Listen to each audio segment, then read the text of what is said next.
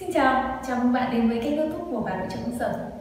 Ngày nay bên cạnh sữa bò, sữa dê hay là các loại sữa từ động vật thì sữa hạt hay là những cái loại sữa mà 100% từ thực vật, từ các loại hạt ngũ cốc đang dần dần đóng một cái vị trí quan trọng hơn trong cái sơ đồ dinh dưỡng của chúng ta.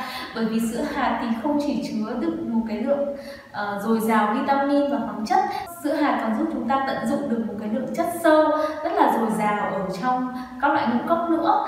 Và thay vì là mua những cái sản phẩm sữa hạt chế biến sẵn trên thị trường, ngày nay các bà nội trợ ưu tiên hơn việc mua những cái máy làm sữa hạt như thế này để có thể tự làm sữa hạt ở nhà và không giới hạn cái khả năng sáng tạo, khả năng mix những cái loại hạt với nhau để tạo nên những cái chai sữa hạt không chỉ là chất lượng mà còn rất là ngon miệng nữa. Vì vậy mà dạo gần đây thì các loại máy làm sữa hạt đang trở nên ngày càng phổ biến và trở nên hot hit hơn bao giờ hết trên các cái diễn đàn về ẩm thực, trên các cái diễn đàn về nội trợ.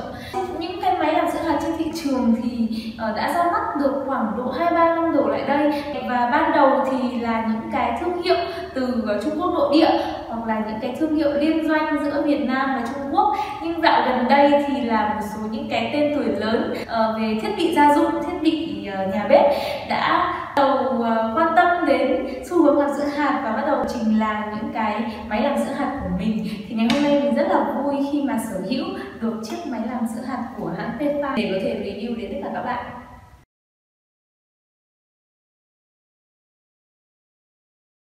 Đầu tiên chúng ta hãy cùng tìm hiểu về cấu tạo của chiếc máy làm sữa hạt này nhé.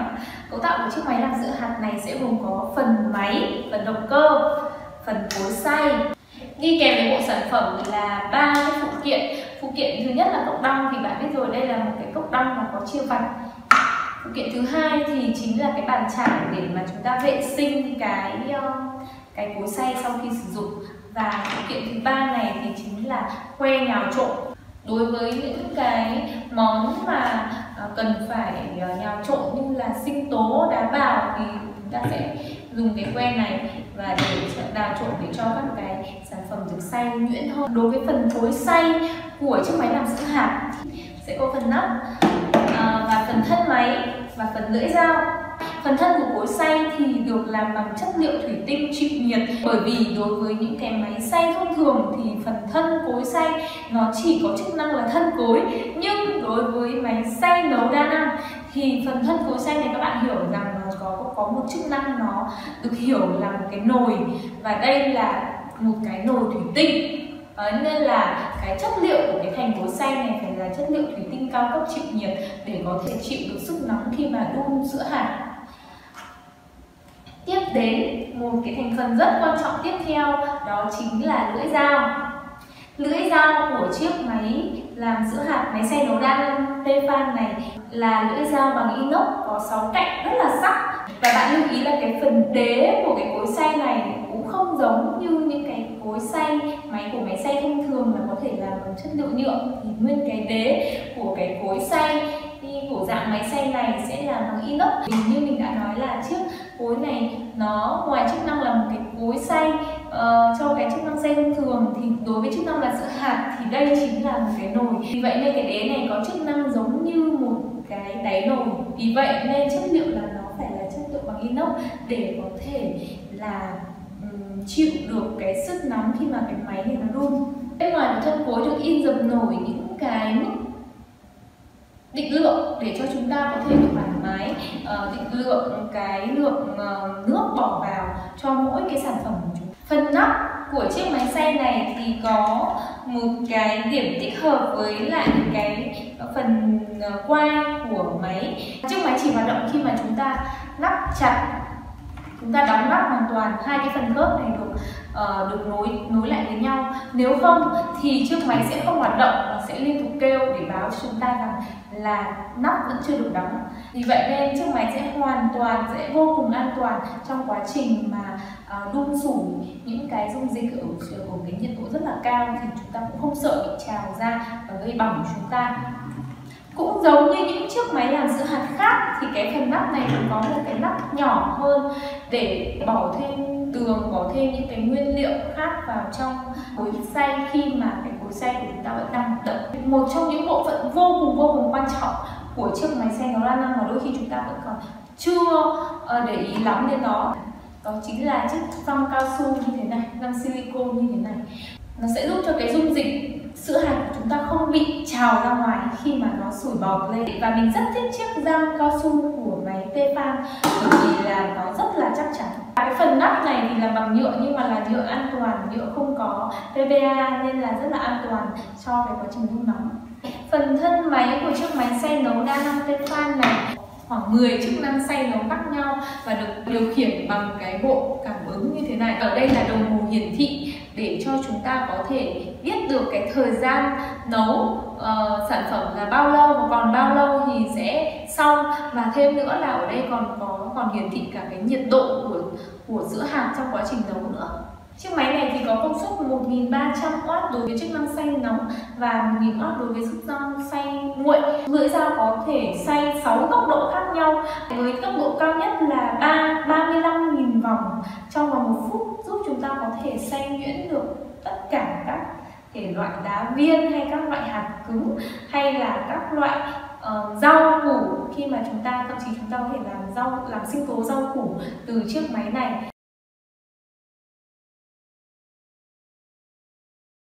Khi mà mua một chiếc máy xay nấu đa năng thì đầu tiên các bạn cần phải chú ý đó chính là độ ồn. Và chúng ta phải chấp nhận rằng những chiếc máy xay sữa hạt thì đều ồn cả. Có rất nhiều người và bản thân mình cũng bị lừa. Một số bạn review rằng là chiếc máy này hoặc chiếc máy khác hoặc chiếc máy A, chiếc máy B này không ồn như máy khác.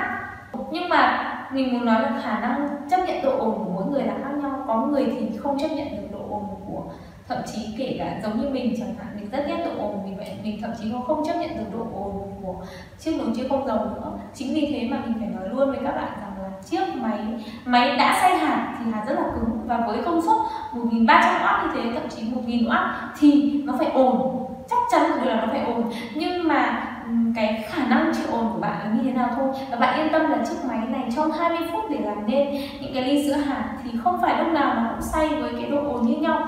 Ban đầu thì hạt của bạn sẽ được đun nóng lên và xay với cái tốc độ chậm nên là độ ồn nó không bị ồn quá. Sẽ có khoảng độ 20 đến 30 giây là xay với tốc độ cao nhất. Tốc độ như mình nói là 35.000 vòng một phút. Vì vậy nên là bạn hãy chuẩn bị tinh thần đi, bởi vì những lúc đấy thì nó sẽ rất là ồn. Thế nên cái quan trọng là bạn sẽ phải xem các video để về quay trực tiếp về độ ồn của sản phẩm, chứ đừng nghe những cái review trên mạng rằng là chiếc máy này không ồn đâu, chiếc máy kia không ồn đâu. Chúng ta chấp nhận một điều là đã là sữa hạt, đã xay hạt thì sẽ phải ồn, và đã công suất lớn thì sẽ phải ồn.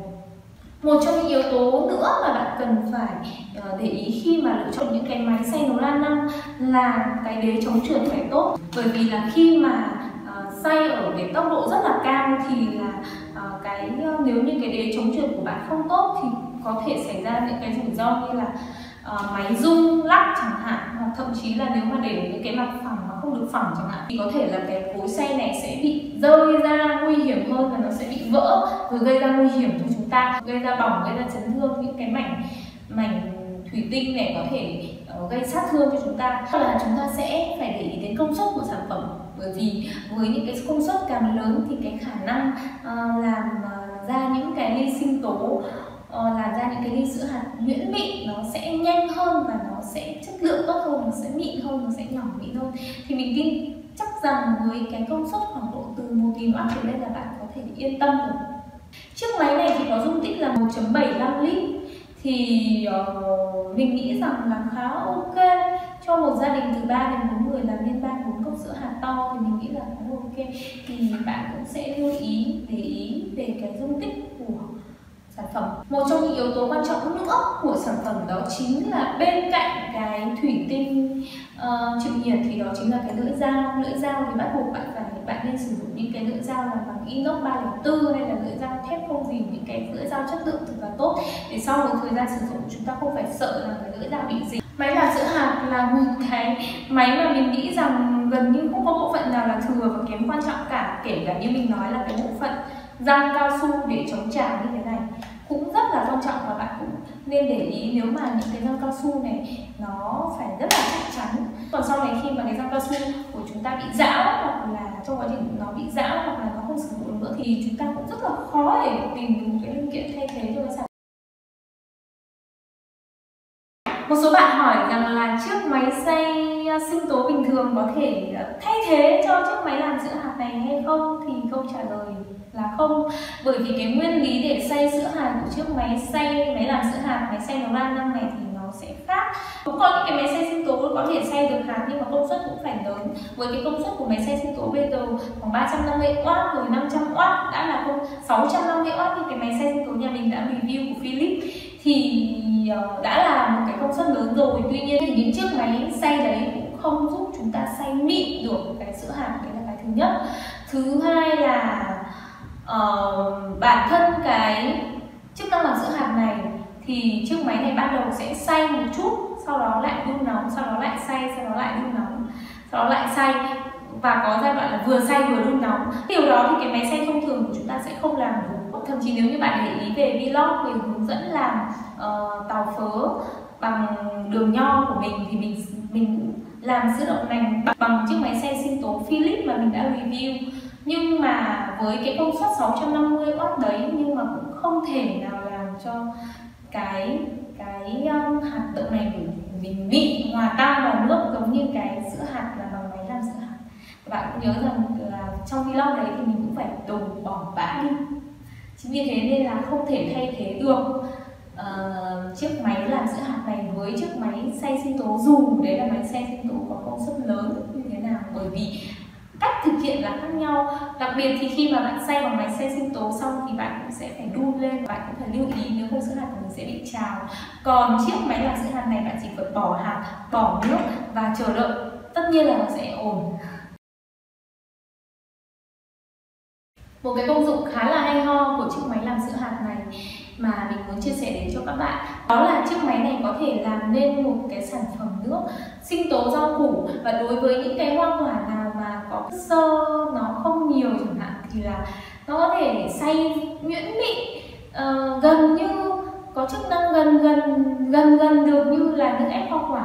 Đây là một dạng sinh tố và bạn còn lưu giữ được cả chất xơ của sản phẩm nữa, không giống như là nước ép. Chính vì thế mà chiếc máy này có thể hơi thay thế được chiếc máy ép chậm.